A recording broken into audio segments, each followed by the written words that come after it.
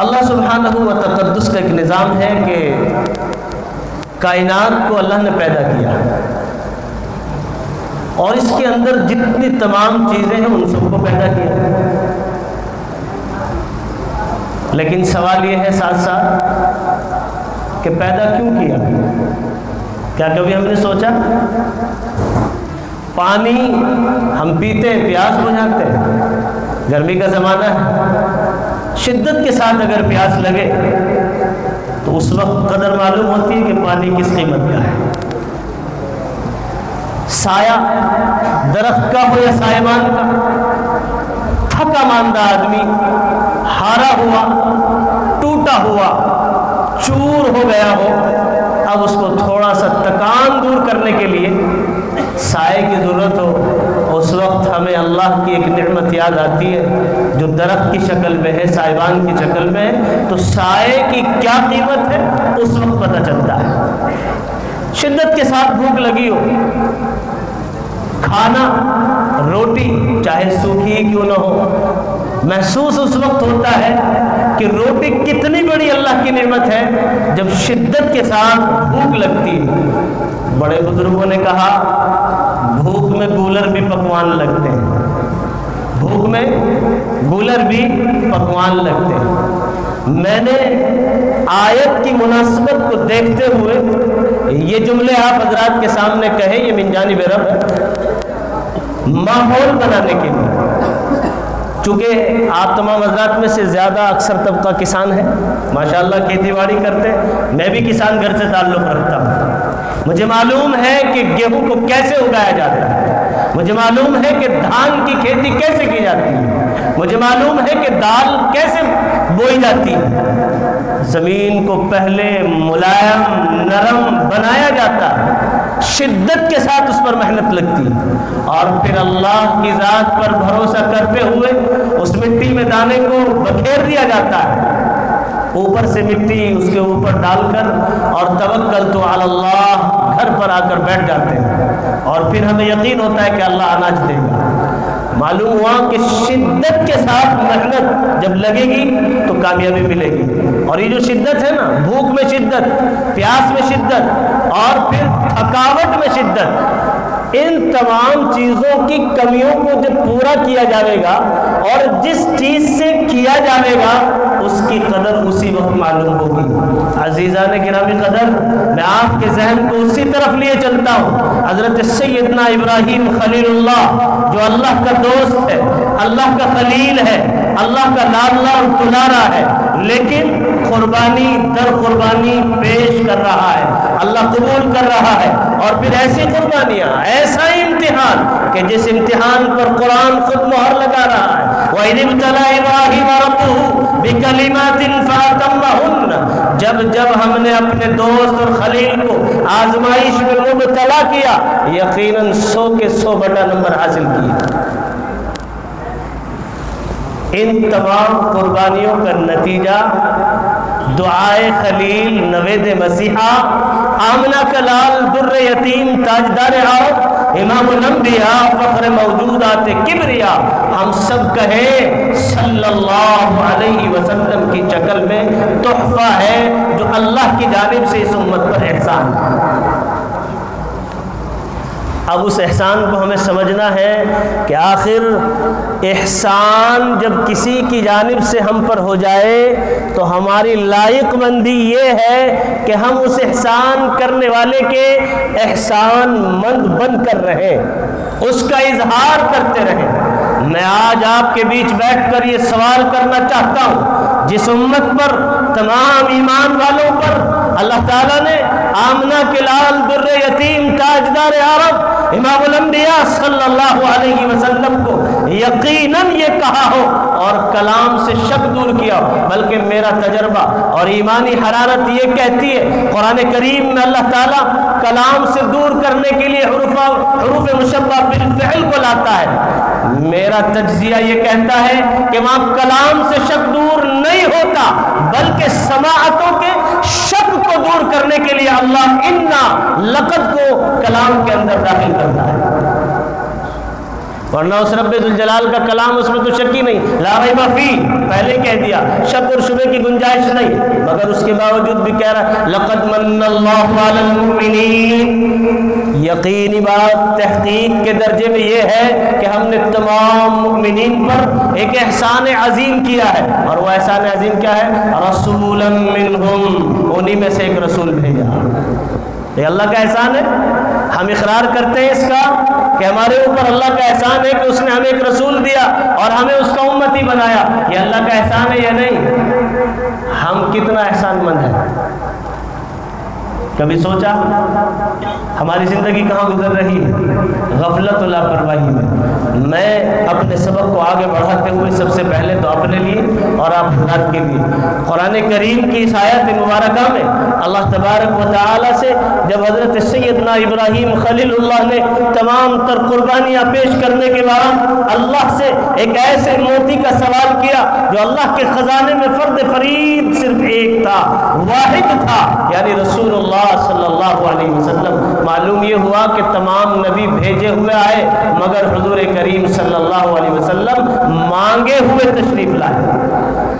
آپ کی زندگی 3 ادوار پر ہے، بہت اختصار میں انشاءاللہ، چونکہ وقت کی قید لگائی گئی ہے اور تقاضا بھی یہی ہے، چونکہ بڑوں کی موجودگی میں زیادہ لب کشائی کرنا وہ ادب کے خلاف ہے، مگر سبق ہے تو سنانا بھی ہے۔ ربنا وابعث فیہم رسولا منہم یتلو علیہم آیاتک وَيُعَلِّمُهُمُ الْكِتَابَ وَالْحِكْمَةَ وَيُزَكِّيهِمْ، یہ ترتیب ہے سورۃ البقرہ کی آیت ہے۔ اے اللہ، میں تجھ سے مانگتا ہوں، سوال کرتا ہوں، میری ہی ذریت میں سے ایک رسول بھیج جو انہی میں سے ہو، میری ذریت میں سے ہو۔ کیا کرے؟ لوگوں کو تیری آیتیں پڑھ پڑھ کر سنائے۔ وَيُعَلِّمُهُمُ الْكِتَابَ وَالْحِكْمَةَ، کتاب و حکمت کی تعلیم دے، وَيُزَكِّيهِمْ، اور پھر کیا کرے؟ تزکیہ نفس کرے۔ نقطے کی طرف آتے ہیں، یہاں سوال میں یُزَكِّيهِمْ تیسرے نمبر پر ہے۔ اللہ تعالیٰ نے جب شرف قبولیت سے نوازا تو سورۃ الجمعہ میں یوں ارشاد فرمایا هُوَ الَّذِي بَعَثَ فِي الْأُمِّيِّينَ رَسُولًا مِّنْهُمْ يَتْلُو عَلَيْهِمْ آيَاتِهِ وَيُزَكِّيهِمْ وَيُعَلِّمُهُمُ الْكِتَابَ وَالْحِكْمَةَ، کہ جاؤ ہم نے تمہیں عنایت کیا اور مبعوث کیا تمہاری ذریت میں سے ایک رسول جو لوگوں کو ہماری آیتیں پڑھ پڑھ کر سنائے۔ لیکن یاد رکھیں یہاں یزکیہم کو دوسرے درجے پر رکھ کر قبول فرمایا اور لوگوں کا تزکیہ نفس کرے، اس کے بعد کتاب و حکمت کی تعلیم دے۔ میں علماء کے بیچ بیٹھ کر آپ کو ایک اہم پیغام دینے کی کوشش کر رہا ہوں، وہ میرے لیے بھی بہت افضل ہے، اور وہی نسبت ہے کہ جس نسبت سے ہمارا یہ مظفر نگر کا علاقہ، کہرادہ ہو یا کاندھلا، تھانہ بھون ہو یا شاملی، اس کا میدان ہو، تاریخ شاہد ہے کہ جس چیز کے لیے جانا اور پہچانا جاتا ہے آج ہمارے خطے میں اس کی سب سے بڑی کمی ہے۔ جس کے لیے ہمارے بزرگوں نے قربانیاں پیش کی آج وہ ہمارے درمیان سے ترتیب ختم ہے۔ یزکیہم کو دوسرے درجے پر اس لیے رکھ کر قبول کیا کہ جب تک انسان کا تزکیہ نفس نہیں ہوگا کتاب و حکمت کی تعلیم نفع بخش نہیں ہو سکتی۔ آج بہت ساری باتیں آپ حضرات کے سامنے آتی رہیں گی انشاءاللہ، میرا مقصد زیادہ بولنے کا نہیں، بس مقصد کی بات، میں نے قرآن کی آیت پڑھی، پھر حضور کریم صلی اللہ علیہ وسلم کا فرمود پڑھا، اس سے مجھے یہی بات ثابت کرنی ہے۔ ہمارے درمیان میں آج جو درخواست کی جاتی ہے کہ آپ بیٹھیں عمل کی نیت سے بات سنیں، اس عمل کو ہمیں تلاش کرنا ہے۔ آخر ہماری زندگی سے کام ہو گیا، اس کا سبب کیا ہے؟ تھوڑا سا سروے کر لیں۔ اس لیے کہ جو ترتیب ہے حضرات صحابہ کرام رضوان اللہ تعالیٰ علیہ مجمعین کی تاریخ پر آپ نگاہ ڈالیں، ایک ہی وقت میں ان کو کفار مکہ کہا جاتا تھا، گالیاں دی جایا کرتی تھی، لعنتیں ان کے اوپر کی جایا کرتی تھی۔ ابو لہب بھی اسی وقت ہے، ابو جہل بھی اسی وقت ہے، لیکن ابو جہل کا بیٹا اکرمہ بھی اسی وقت ہے، ابو قحافہ کا بیٹا حضرت ابو بکر صدیق رضی اللہ تعالی عنہ بھی اسی وقت ہے، عمر ابن خطاب خطاب کے بیٹے فاروق اعظم اسی وقت تھے، عثمان ذو النورین بھی اسی وقت تھے، علی المرتضیٰ بھی اسی وقت تھے، لیکن حضرت خواجہ سرہندی رحمۃ اللہ علیہ نے ارشاد فرمایا، اپنے مکتوبات میں لکھتے ہیں کہ دیکھو تو صحیح، اصحاب رسول صلی اللہ علیہ وسلم صرف صحبت کی بنیاد پر پوری انسانیت میں انبیاء کے بعد سب سے زیادہ افضل ہے، سب سے زیادہ افضل ہے۔ ہمیں غور یہ کرنا ہے کہ آج ہمارا وقار کیوں کھو رہا ہے، ہم آج فضیلتوں والے کیوں نہیں بن پا رہے۔ قرآن نقشہ کھینچتا ہے، فَإِذَا سَوَّيْتُهُ وَنَفَخْتُ فِيهِ مِن رُّوحِي فَقَعُوا لَهُ سَاجِدِينَ۔ فاجزائیہ ہے، اللہ تعالیٰ نے حضرت سیدنا آدم علیہ السلام کے مجسمے کو استوار کیا، اپنے ہاتھوں سے بنایا، لیکن ابھی روح نہیں پھونکی۔ تمام جاندار جتنے پیدا شدہ ہیں ان کو کس نے پیدا کیا؟ اللہ نے۔ قرآن نکتہ بیان کرتا ہے، تو پھر حضرت انسان کی پیدائش پر روح پھونکنے کا مسئلہ آیا تو اللہ تعالیٰ نے اپنی طرف نسبت کیوں کی؟ وَنَفَخْتُ فِيهِ مِن رُّوحِي۔ گائے، بیل، بھینس، بکری، دیگر تمام چرند و پرند کسی کے ساتھ مناسبت نہیں کہ اس میں میں نے اپنی روح کو پھونکا، بس کہا میں نے اس کو پیدا کیا، مگر حضرت انسان کی جب باری آئی تو ارشاد فرمایا وَنَفَخْتُ فِيهِ مِن رُّوحِي فَقَعُوا لَهُ سَاجِدِينَ۔ اللہ نے تمام فرشتوں کو سفارہ کیا ہوا تھا، جس وقت مجسمہ تیار ہوا اپنا حکم اس کے اندر داخل کیا، آنکھوں کے اندر حرکت پیدا ہوئی، تمام فرشتے سجدہ ریز ہو گئے۔ اس عدالت عظمیٰ میں نورانی مخلوق کو، ملائکہ کو اللہ اس حضرت انسان کے سامنے جھکانے پر قادر ہے، تو اس روئے زمین پر اس کائنات کے ذرے ذرے کو اللہ اس حضرت انسان کے قدموں میں ڈالنے پر قادر نہیں ہے، لیکن ہمیں اسی طرف آنا ہے۔ وہ ہے روح، جیسے ابھی ہمارے مولانا کہہ رہے تھے، یہ ہاتھ، یہ پیر، یہ سب روح کا لباس ہے۔ یقیناً میں بھی اسی یقین کو رکھتا ہوں۔ حضرت مولانا وسیع اللہ خان صاحب جلال آبادی رحمۃ اللہ علیہ کے مکتوبات پر بھی مجھے کام کرنے کا تھوڑا سا موقع ملا، الحمدللہ وہ کام ادھورا ہے۔ ان تمام سے جو سیکھا ہے اور اس سے جو ہمیں ملا ہے، اس کا نتیجہ صرف یہ کہ ہم اپنی صحبتوں کو درست کر لیں۔ جب کفار مکہ صحبت اختیار کرنے کی وجہ سے رضی اللہ عنہم ورضوا عنہ، اولئک هم السابقون، اولئک هم المقربون، اولئک هم المفلحون، اولئک هم الفائزون، کہ تمغہ امتیاز سے نوازے جا سکتے ہیں، تو پھر یہ حضرت انسان، ہم اور آپ جیسے بندے اللہ کے ولی ہونے سے کیوں نہیں نوازے جا سکتے؟ اس کی بنیاد صرف اور صرف یہ ہے، یا ایھا الذین آمنوا اتقوا اللہ وکونوا مع الصادقین، اے ایمان والو تم اللہ سے ڈرو اور سچے لوگوں کے ساتھ ہو جاؤ، یعنی علماء، اہل اللہ، حفاظ، قراء اور مساجد کے ائمہ، مؤذنین، مدارس والے، ان کی قدر کر لو۔ میں بہت وثوق کے ساتھ کہہ رہا ہوں، اور اس کی حفاظت کرنا آج ہمارا چولا پہن کر ہمیں اس ترتیب سے توڑا جا رہا ہے۔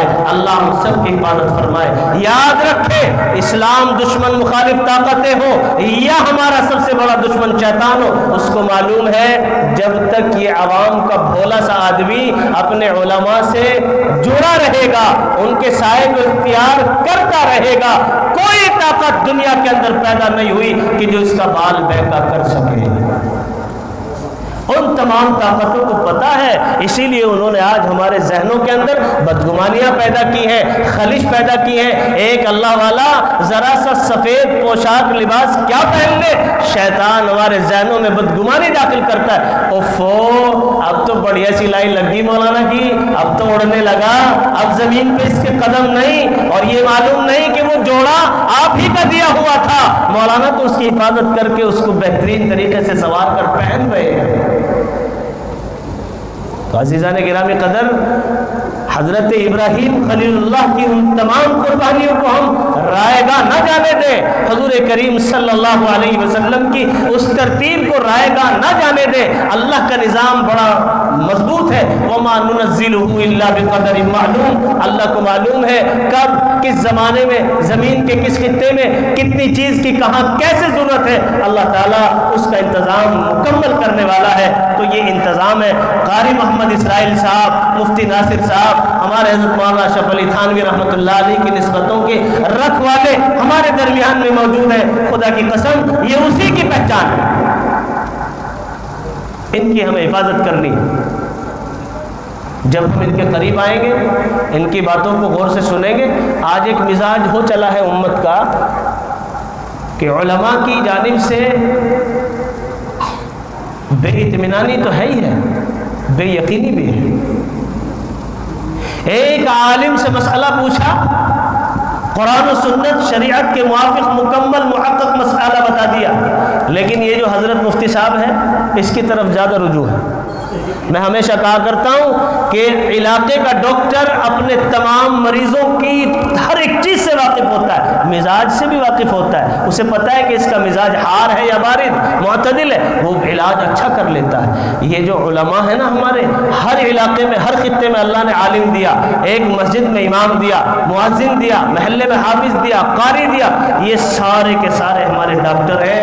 خدا را بس ہم ان کی صحبت اختیار کر لیں، ان کے وقار کو ان کے لحاظ کو برقرار رکھے۔ یاد رکھنا انشاءاللہ اللہ تبارک و تعالی ہمیں دنیا اور آخرت دونوں جہان کے اندر کامیاب فرما دے گا، اور پھر ہمارے اندر عمل کا داعیہ پیدا ہو جائے گا۔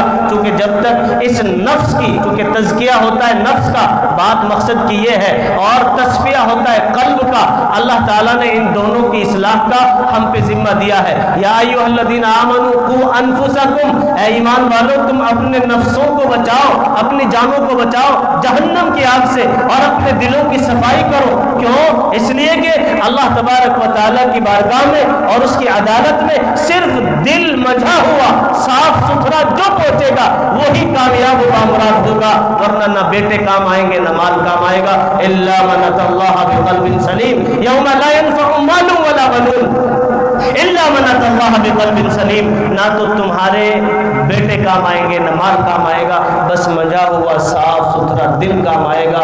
اور دل بنے گا دل والوں کے پاس، ڈاکٹر بنتا ہے ڈاکٹر کے پاس، انجینئر بنتا ہے انجینئر کے پاس، اور مستری بنتا ہے مستری کے پاس۔ تو دیندار کہاں بنے گا؟ بھائی صاحب کے پاس یا مفتی صاحب کے پاس؟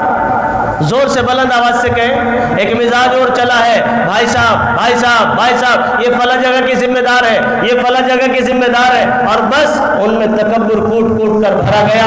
انہیں ناشتے ملنے لگے، کھانا وقت پر عمدہ ملنے لگا، علماء کو انہوں نے کچھ نہ سمجھا، مدرسے کو کچھ نہ سمجھا۔